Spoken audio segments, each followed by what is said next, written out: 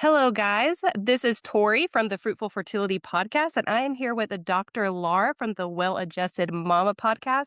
And today you are in for a treat because we have both of us here talking about how functional medicine improves fertility outcomes and is a great way to prepare for pregnancy and improve fertility.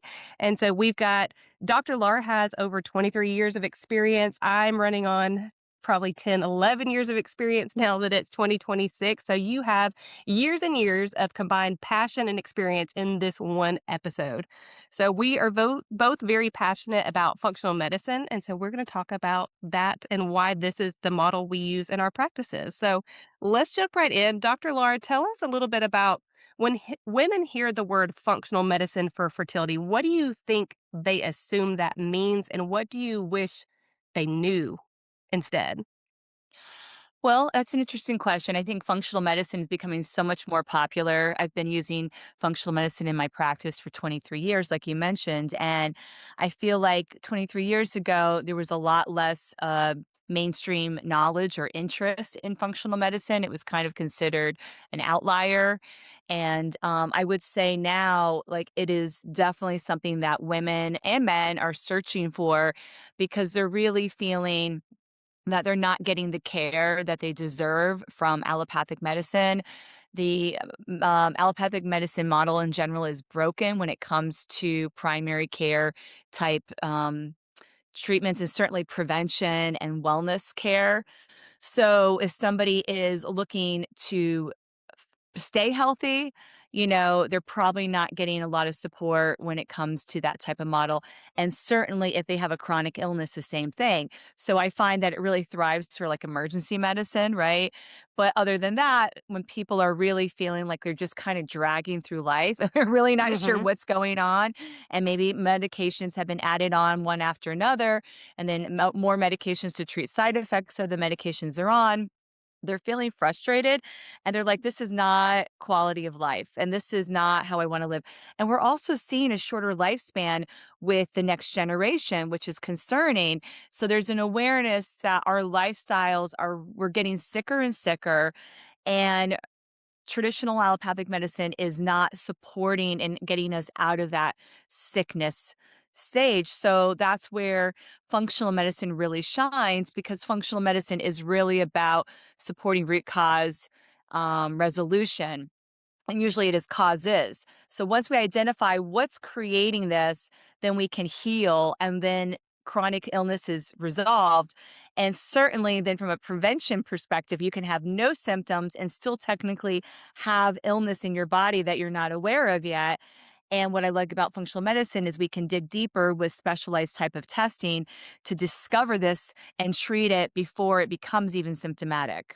Yeah, absolutely. I feel like just that phrase dig deeper. I feel like the difference in the allopathic medicine model and the functional medicine model is, but we can talk about root cause and certainly that's it, but it's like we're digging deeper. Like we're not just settling for like, oh, I don't feel good, or oh, that hurts, or oh, I can't get pregnant. It's like we are looking for answers of why this is happening. And I talk a lot too about when you go the functional medicine route that you don't have to keep coming back.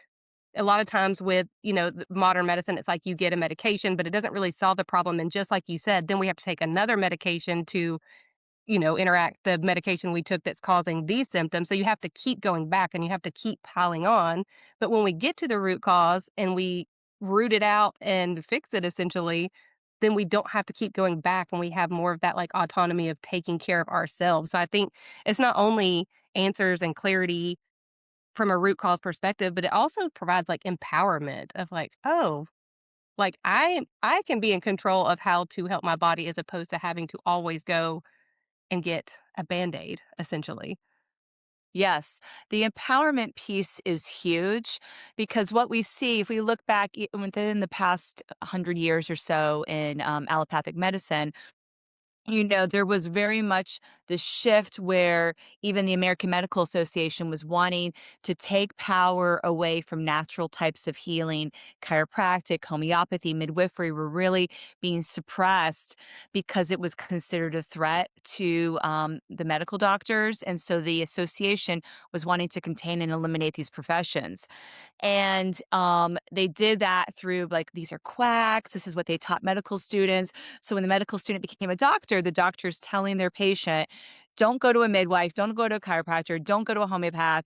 These are dangerous, they're gonna hurt you, or they don't work, it's, snake oil." Mhm. And they were creating a fear-mongering response, and especially back in these decades, people really honored and looked up to their medical doctor as God. It's like whatever they said was done. There was no internet, there was no social Mhm. media. They didn't have resources to get the research on their own, and they did not go to medical school, right? So they did not know, they just trusted. There was a lot of trust that was put in this. So whatever your doctor said, that's what you did. And now we see there's a huge shift from that because there's an awareness that we can go to Dr. Google. We may not always get the best information, but there is so much information out there, and we can research and we can ask around on forums and talk to other patients that live all over the world. And we can get connected with other referrals to types of practitioners.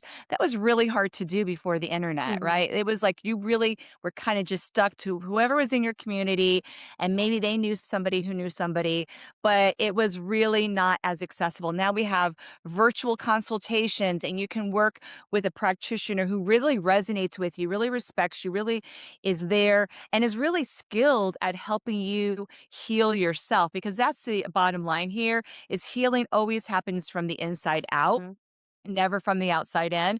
And so you have to have the mindset that you are healing your body and you're not giving over your power to someone else or to something else like a medication, because that is never going to be the solution. So that is important. And I also think that if you are told that you have an illness or a diagnosis that you will have for the rest of your life and therefore be medication dependent, let's say it's type 2 diabetes, for the rest of your life, and you believe that, then that is what will be created. That is what will happen. You will be on that medication for the rest of your life to treat your type 2 diabetes. However, if you have an awareness that you can choose something different for your body and your health because it is your body, then you can heal yourself from type 2 diabetes. Mhm. You can heal yourself from cancer, and you can heal yourself from honestly anything that is going on within your body with the power of the mind. So that is so important for everyone to remember. And I always say this, especially to my new parents coming to my practice, they're bringing in their babies, and they're feeling like they're getting a lot of information that's potentially conflicting, and it's overwhelming, especially for a first time parent. And I'm just like, you have to listen to your intuition, Mhm. especially as the mother, your maternal intuition, what seems and feels right for what healthcare decisions you need to make for your baby or for yourself. And if you're not getting that information from the practitioner who's right in front of you, then you can find somebody else. That is what we have accessible today. And I think that we really need to embrace that. And I think a lot of people are like, you know what? I'm going to fire you. You're not doing your Mhm. job, doctor. I'm going to find somebody else who is. And it might be a different type of practitioner, and a lot of times there's a team, depending on what's going on, you need a team approach. So a bunch of practitioners working together to all help you get the outcome that you're looking for.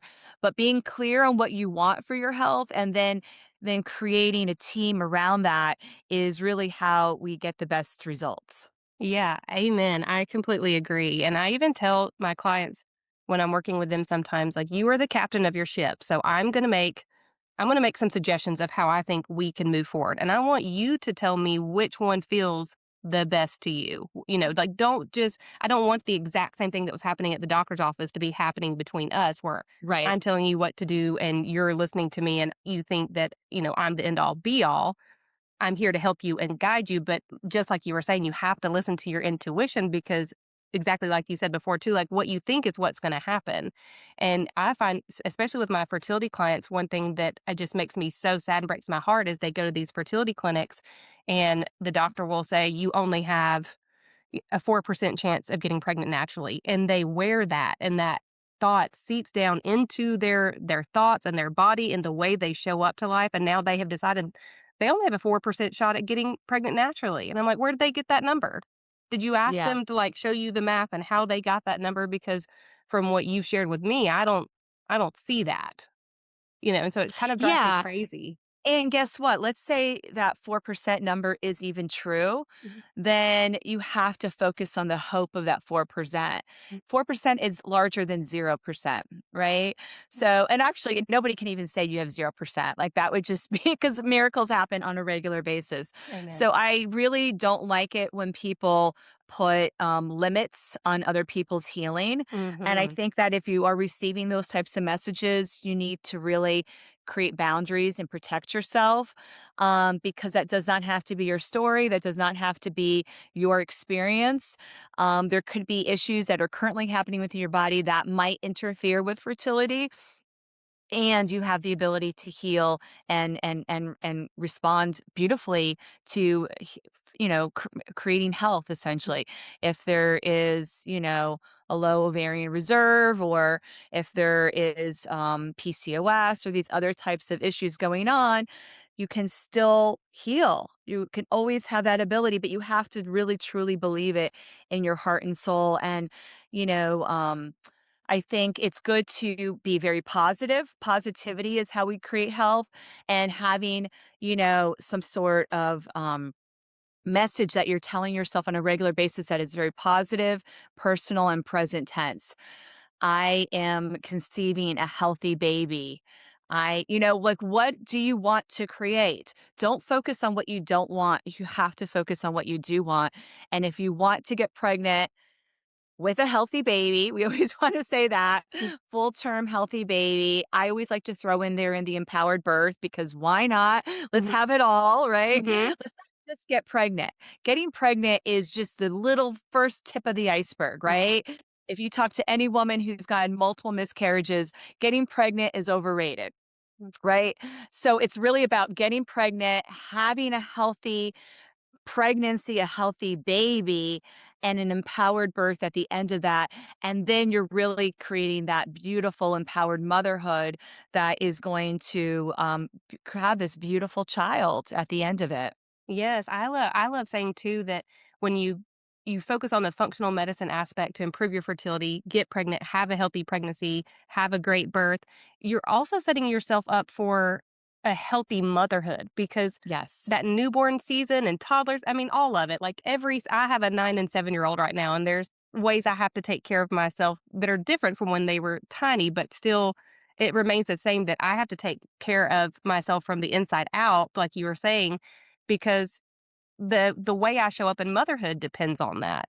So, Yes. like you said, it's just the tip of getting pregnant is just the tip of the iceberg. So when you come at it from a functional medicine perspective, get to the root cause, realize that you are the captain of your ship, you got to heal from the inside out. It's a domino effect of how it influences your life. It's not just the short term let me get pregnant. It's like now my health through my entire life and motherhood journey is going to be different, which I think is like you can't beat that. You can't get that anywhere else. Yeah, it really is important, and that goes back to, once again, listening to your intuition that's really guiding every decision you make, throughout the pregnancy, throughout the birth, and then throughout the rest of your life as a mother. And that making decisions from that empowered place of your intuition, where you really trust and honor that you know what's best for yourself and your child, you will definitely raise your child differently Mm, than someone who is feeling fear mhm, and scarcity and manipulation from outside sources on what types of decisions they're making regarding the health care of their family, right? So it's really about how are we making decisions for our health, for ourself and our family. And if you feel like it's like, oh, I'm choosing to do this because I'm afraid, mhm, then you really want to question that and say, well, why am I afraid of this? Like, fear is real, and we don't want to suppress that either. But then we also want to say, well, can I make a decision that feels empowering versus like I'm doing it so I'm not afraid, right? Yes. It really comes from a different type of energy. And when we're really in tune with that, which I do find like a meditation type practice or a mindfulness practice allows us to tap into our intuition at a deeper level. And that feels like much more clarity that we can really be like, oh, it's so obvious. This is what I need to do right now for myself or for my child, right?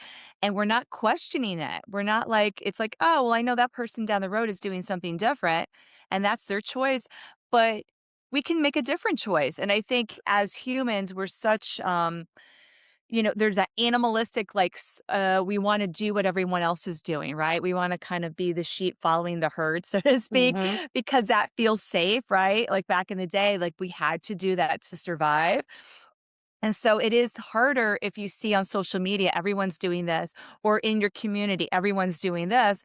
It can be harder to choose something differently.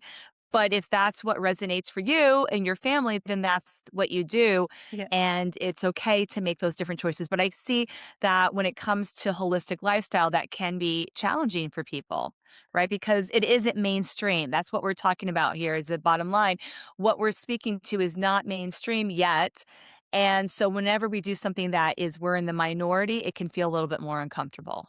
Yes, absolutely. My programs are Christian based, which is, you know, not fitting for everybody, but we in my program we talk a lot about like are you making decisions based on faith or fear? Like every time you make a decision, I want you to think, I want you to stop and say to yourself, am I making this based off of faith that I have that Christ will take care of me and is leading me accordingly, or am I making it out of fear because the doctor spoke some horrible statistic over me or told me what my body was capable of. And just kind of like you were saying, it's easier to go with the herd mentality and what everyone else is doing, but you have to think, okay, I've been given this child, I've been given this body specifically, and how I have to lead it in a way that feels right to me. Because even as a mom, like I have done that before where I'm like, well, I'll just do this because this is what the majority of people are doing. And how that voice in the back of my head was like, I don't know, I don't know. And then when you make that decision, it doesn't feel right. Like you're not going to feel good stepping into decisions that are based off of fear. It's not going to feel right. So even just like you were talking about before of making decisions from a really empowered and positive place, it Yeah. drives everything, like the way you look at it, the way you show up, because if you make a decision based in fear, then every step you take in that process is fear-based. I don't know if this is right. Yes. This doesn't feel good. Yeah, I don't Yes. know, all that. So then when you make it from the other one, more empowered, trusting your tuition, is this faith-based, whatever fits your, spirituality, then everything feels good and it feels more aligned. And so you show up differently and it feels differently. And that in itself has physical effects. Yes, exactly. There's a flow and an ease to it. The practitioner that you've been searching for shows up, right when you need them the most, right? Everything that you need will be provided to you.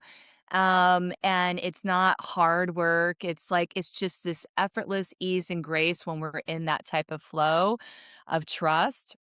And once again, when we're really stuck in that fear and scarcity mindset, then things will feel hard, they'll feel scary, and we will not be able to trust our intuition. We will have an actual distrust on really what knows best, what the best answers are. So it's really important to be mindful of that. And I think also back to that positivity or optimism when we are around a lot of pessimistic people or if we find ourselves being pessimistic or negative, then it's going to move us towards that fear, right? We're going to move away from the faith. We're going to move away from that trust. We're going to move away from our connection to source.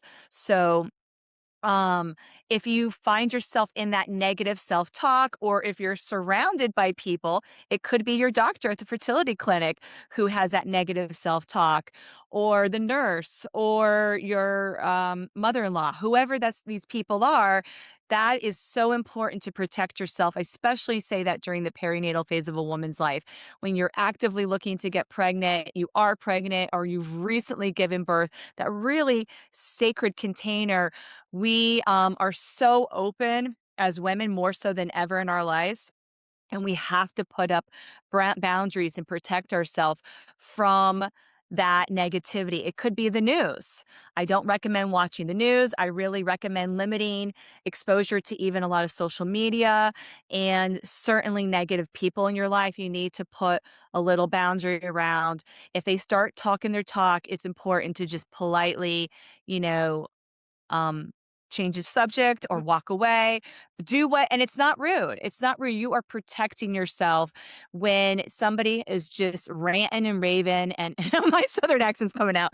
They're just going on and on about how horrible the world is or blah blah Yeah. blah, or oh my god, you're 40 years old, you'll never have a baby or whatever their story is. You don't have to absorb that. You do not have to make it your story and I think that is so important, but it's really hard. So it's just the first step is to always be aware.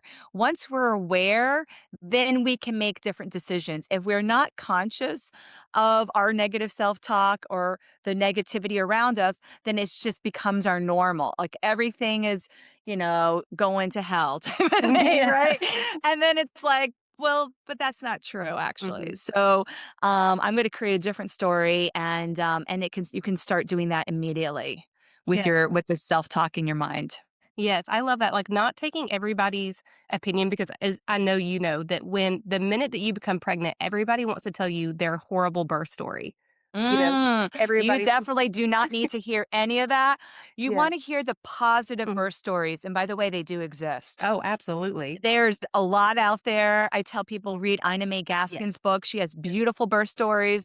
I'm writing a book. My beautiful birth story is going to be in there. And I tell people in my office, I tell them my beautiful birth story. Mm. And when they start talking about their sister and their friend who Mhm. starts birth is so horrible and this is what happened to me. No, ma'am, you don't Mm. want to hear that story. They can tell it to their therapist, Yes. right? They obviously are feeling the trauma. They have Mm. PTSD and they need to release it, but it's not your job as a pregnant mom to take that on, and it is not helpful for your pregnancy or birth. Yes, absolutely. I think kind of this is the way I think about it, letting people speak into your life. So you talked at the beginning about like building a team that feels really good, like not just one person, but a team of providers. Yes. So when Yes. you have providers that are aligned and positive and not, Yes. sterile and clinical the entire time. Like obviously you want them to be educated and clinical, but that can also pull you out of your emotional roller coaster. And then I like to say, like, have 3 people in your life that you trust. So, obviously, your partner, the person that you're trying to make this baby with, a provider, maybe 2 providers, or maybe there's somebody else in your life. Maybe it's your mother or a mentor, but being really strategic about who you let be your wise counsel. Because, like, you were Mhm. exactly like you're saying, you don't want to let Mhm. everybody speak into it because everybody's got their No. opinions and and people have negative opinions. So we want to feed our mind and our soul positive stories, just like you're saying. So Yes. be very strategic about the 3 people. And obviously that's not a set number. You can do more or less, but like Yes. just a good general rule of 3 people that you allow to step in and speak truth over you when you need it. And Yes. I think that's so Yes, it's important. your counsel. You get to choose who gets to come in, and you get to be very strategic and deliberate about Mm. who you allow in. 100%. And I think that's also empowering when you know you get to make that choice. And if that person doesn't make the cut, then that's Mhm. okay. Mhm. It doesn't mean that you don't speak to that person, but they just Yeah. have to be kind of pushed into that back burner. And anytime if they want to talk about how hard it was for them to get pregnant or how many miscarriages they had Yes. or what a miserable pregnancy they had, then like once again, you have to just change that subject and Mm. recognize like I'm not, you might even say like, I really rather not talk about that. I'm sorry that you had that experience, and I'm looking to have a very different experience. Mhm. I think that's also important for as women that we speak up when we have positive experiences, because I think sometimes we feel a guilt or shame when our girlfriend or sister had the opposite. Oh, they don't want to hear about this. But like it's good to share these messages, and the Mhm. younger women coming up as well need to hear these positive messages. They need to know what is possible for themselves, and if all they hear is negativity, then they're not going to know the possibilities that are out there. So it's okay to talk about your positive birth story as well, right? And Mhm. share that, just like we would say, like, "Oh, I got this really amazing gift for my birthday," right? Like, we can Yes. talk about nice things that we've received. Why not talk about the amazing, like, how we felt so great during our pregnancy, and we had this beautiful birth at home, and, all the things that are possible for us as Mhm. women.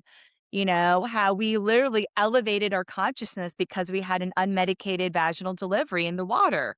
Like, that is what's Mhm. possible for every woman that's interested in having that for herself, Mhm. right?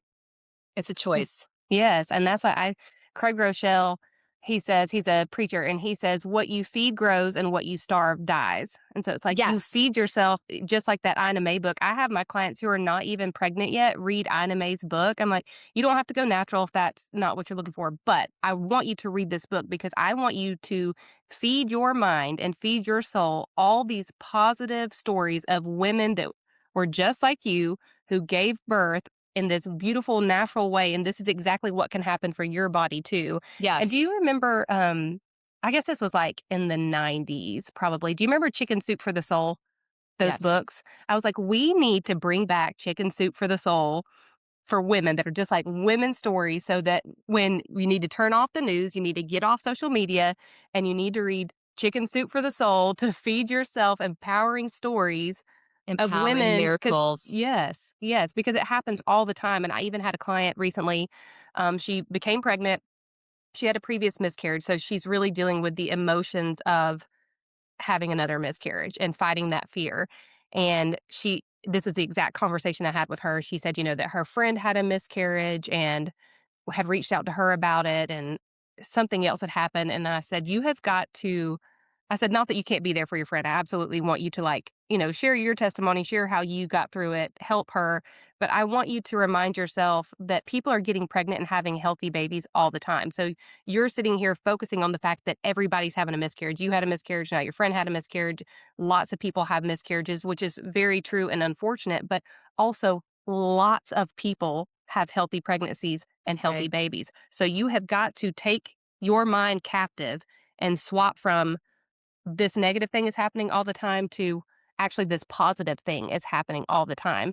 And of course, Yes. like, as providers, we can't promise anything. We can't promise anybody a pregnancy or that you won't have a miscarriage, but this is another thing I really love about functional medicine is when we address the root cause and don't kind of just like manipulate our bodies into having babies, then you're less likely to have a miscarriage because we've come at it from a foundational health aspect. We've really addressed the root cause. We've kind of nurtured our body and nourished our body to where it feels safe enough to prioritize a pregnancy.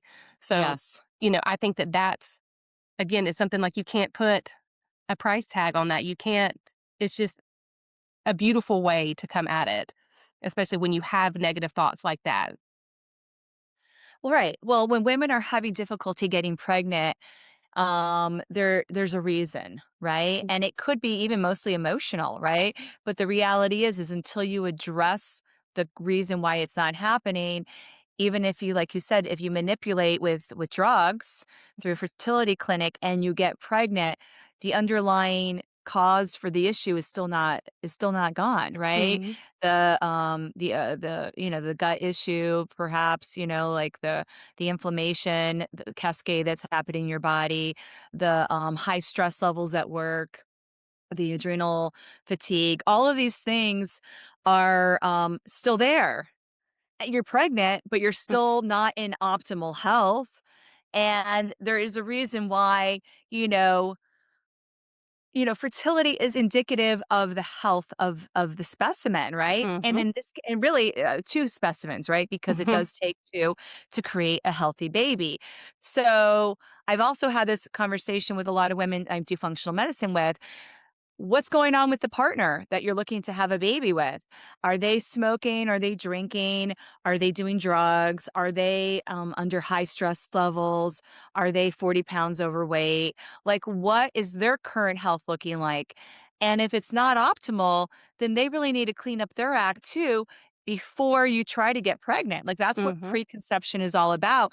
Both partners doing their work physically can and the chemical part, but let's talk about the mental, emotional, spiritual part too. Like, what are they holding on? Like, maybe childhood trauma, Mhm. or a bad relationship with the parent, with their own parent. How will that impact them as they're preparing to become a parent? And that is not just for the mom, right? This is Mhm. for both individuals, the man and the woman that are looking to create this healthy um, next generation. So we it's up to us to do that work. And if we can do that work before the pregnancy even occurs, we are going to see a different type of family unit. We're going to see a different type of relationship between that couple. We're going to definitely see really beautiful parenting. That child is going to be raised differently. So, I am just such a fan of preconception work and really recognizing that it takes two. And preconception is not just let's detox the body and give it some nutrients and, get the hormones balanced. That is just so bottom line. Like, yes, we're Mhm. going to do that. And I want to know, like, what is your subconscious beliefs around parenting? Mhm. Are you afraid that you might not be able to get pregnant because other people in your family had, infertility, for example? Yes. Are you afraid that you're too old to get pregnant? Are you afraid that you're not going to be a good mother? Like, what are these, really deep type of beliefs Mhm. that are not true, but are kind of lingering in that Yeah. subconscious mind? Let's get in there, dig, and release that. So I do a lot of that work with my patients as well because if we don't release that stuff, it is going to stay with us. It doesn't go away just because we're not either conscious of it or we pretend it's not there. It's still there until we actively do the work to release it. Absolutely. In my intake paperwork, I have questions like, what is your relationship like with your parents? Where are you in the lineup of your siblings? Do you have any childhood trauma? Because I find that those are the questions I focus on the most. Like, yes, I want to look at your period. Yes, I want to look at your supplements and your medications. But like you said, that is really like just such a small part of it. I have a Mhm. client right now who's lost her mother a few years ago and still grieving it. Her mother was like her best friend, and I can't even hardly talk about her without crying because it's just, I can feel we love our mamas, and it's so deep. But I asked her, I said, "Do you think that you have a fear of becoming pregnant?" I said, "I know this sounds funny because you've been trying to get pregnant for a long time, but do you think you have like some kind of sadness or fear around getting pregnant because your mom's not here? Like, your mom's not Mhm. here to do this with you." And, immediately she started crying and she was like, "Yes, I do." And I was like, "That's what we Yes. have to work on." And I said, Yes. and that's not always easy. It's not always as simple as taking a pill and fixing things. It's really looking at what are you, like you said, your fears, your subconscious fears that you have from your past, something a doctor said to you, your thoughts about Or from yourself. you're 3 years old, that little Yes. girl inside of you. Yes. So it's so important to pull those out, and I tell my clients all the time, I was like, I'm not a trained counselor, but, like, this is we are in counseling right now. We are gonna talk about all the things, so even when you think, "Why is she asking me this? This is not fertility related," I'm asking because it absolutely is fertility related. It is health related. So It is. mhm, It 100% impacts how our health and body functions, and once again, we just talked about how powerful the mind is. And as much as we really want something consciously, our subconscious mind could really, really want something opposite because it's protecting that 3, 4, 5-year-old little girl version of ourselves. And we may not be aware of that, but it will totally interfere with that conscious desire that we're trying to call in. So doing that deeper type of work, I like to use Psych K. That's one modality that can be really helpful. Hypnotherapy is another one. So we have these types of things and we start to pull them up. It's like we need to identify how to release it because also just being aware of it is only the first step, right? What type of things do you do to address subconscious limiting beliefs?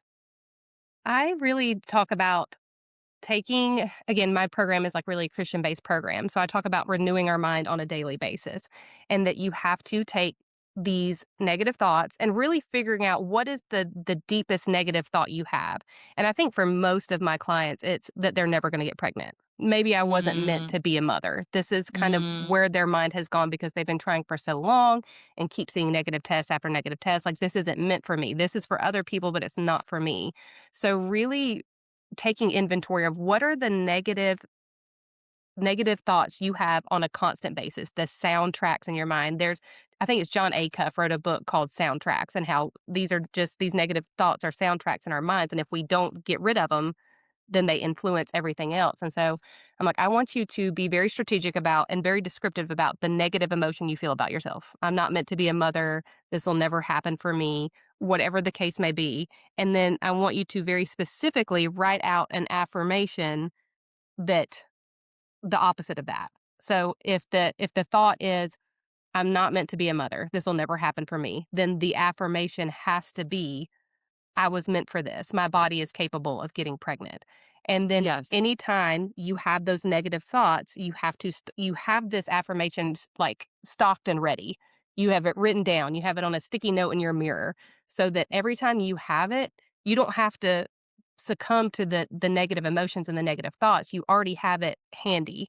Because I think sometimes and more so than just like subconscious thoughts, but anything, if we pre-decide how we're going to react to something, then it changes the way we like, our emotions overtake us or don't overtake us. So even like we were talking earlier about people having negative things to say.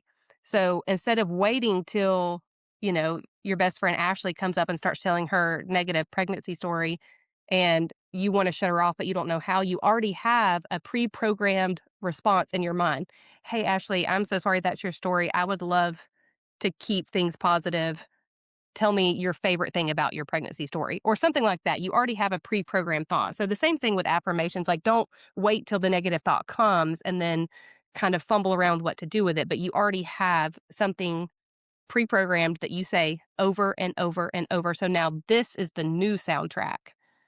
We had an old soundtrack that wasn't true and we practice and it takes time, but we pre-program a new soundtrack that we start to play over and over and over again and then our body starts Mhm. to believe it because we've said it so many times. Yeah, we actually and we when we are doing that, you wanna feel the emotions Mhm, around that positivity, so you wanna feel good. If you're saying something, but you're still kind of feeling icky, then mhm, it's not gonna stick, right? That new soundtrack's mhm. gonna go in one ear and out the other. Yes. So, doing that and really feeling good, what lights you up? What's gonna make you feel good? Maybe you're exercising while you're saying the Mhm. affirmations. Doing something that really makes you feel good and and then it will, be like, "Okay, this is what we need to stick around." Because I do know sometimes people will say affirmations, but they still don't really believe that Right. affirmation. They wanna believe it, but Mhm. they don't believe it. If you don't really believe it, then it's not gonna be helpful. It's Mhm. not gonna be useful, right? So that belief is so important, and the, feeling good in our body, doing what maybe you're going for a hike, right? Something that's making you feel good is like, that's just all we have to do. Is just we have to Yeah. do things that make us feel good, Yeah. right? And we have to do them over and over and over Yes. and over again. What and if you're doing something regularly that does not feel good, Mhm. now's a good time to cut it out. It's like, Yep. "Okay, you know what? I do this all the time and I really don't enjoy doing it. Mhm. Okay, well, how can we delegate it, automate it, or just say no?" Yeah, absolutely. Yes, I think and I can tell me and you could go on and on about this topic for forever, and I feel like the overlying theme of this was just how much the functional medicine model can really empower you and bring positivity back into your fertility and pregnancy and birth story. So I have really enjoyed this. Dr. Laura, if you could leave our listeners right now, so they've listened to this and they're like, "Okay, I do need to change my approach. Functional medicine sounds like a better route for me." What would be the last tip? Because I feel like we've given them a lot of good tips here, but what is like the thought or the tip you would leave them with today? Like the step you would have them take today? Yeah. So it would essentially be, when was the last time you just sat for 20 minutes and did nothing, right? When did you just, and maybe somebody is listening and has a regular meditation practice and is like, I do that every day. But if not, because a lot of women are busy and they're taking care of a lot of other people, then they're not giving themselves that 20 minutes daily. And Mhm. that is when we can really ground ourselves to our Mother Earth and really get the information and messages that we need to get. If we're just running around like chickens with our head cut off, Mhm. then we are not going to be able to make the next best decision for ourselves.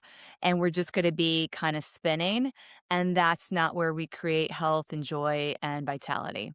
Yeah, absolutely. I love that, like, get quiet, get with yourself, get away from the distractions, and I'm a Put very your phone away, put yes. it away, put it away. Yeah, I'm very much so like I'm a paper pen kind of gal. So one thing that worked for me too is like listing and brain dumping. So if you're looking to work with a functional medicine provider or someone that has a more positive spin, or even as you're listening to me and Dr. Laura, you're like, this is the kind of person I want to work with. I want you to dump on a piece of paper what is important to you, what you're looking for, what's not working with your current provider, what's missing in your current journey, and what you really need.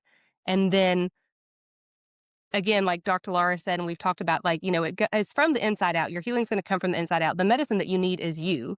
So trust that you have the power and your body is capable, and then find aligned practitioners and a team that can help you hit your goals. And we are going to drop Dr. Laura's information in the show notes and my information in the show notes. So we would, of course, love to work with anyone that feels fitted to what we talked about today, but find someone that empowers you and makes you feel like this is truly capable and helps you from the root up.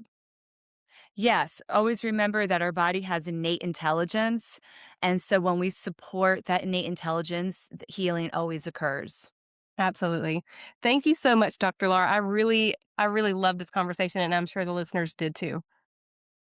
Wonderful. Thank you so much for having me. Well, I hope you enjoyed today's show. If you want to learn more about Tori, please check out her website at fruitfulfertilityco.com, or you can follow her on Instagram at fruitfulfertilityco. In addition, if you need extra support and guidance with your own personal health journey, I am here to help. I'm now offering virtual functional medicine consultations specializing in preconception, fertility, and women's health. Please go to my website at drlaurabrayton.com. That's DRLAURABRAYTON.com, and click Become a Patient to schedule a complimentary 15-minute discovery call with me to see if my program is a good fit for you. And if you love Well Adjusted Mama, please leave us a review. Go to ratethispodcast.com/well adjusted mama and follow the simple instructions.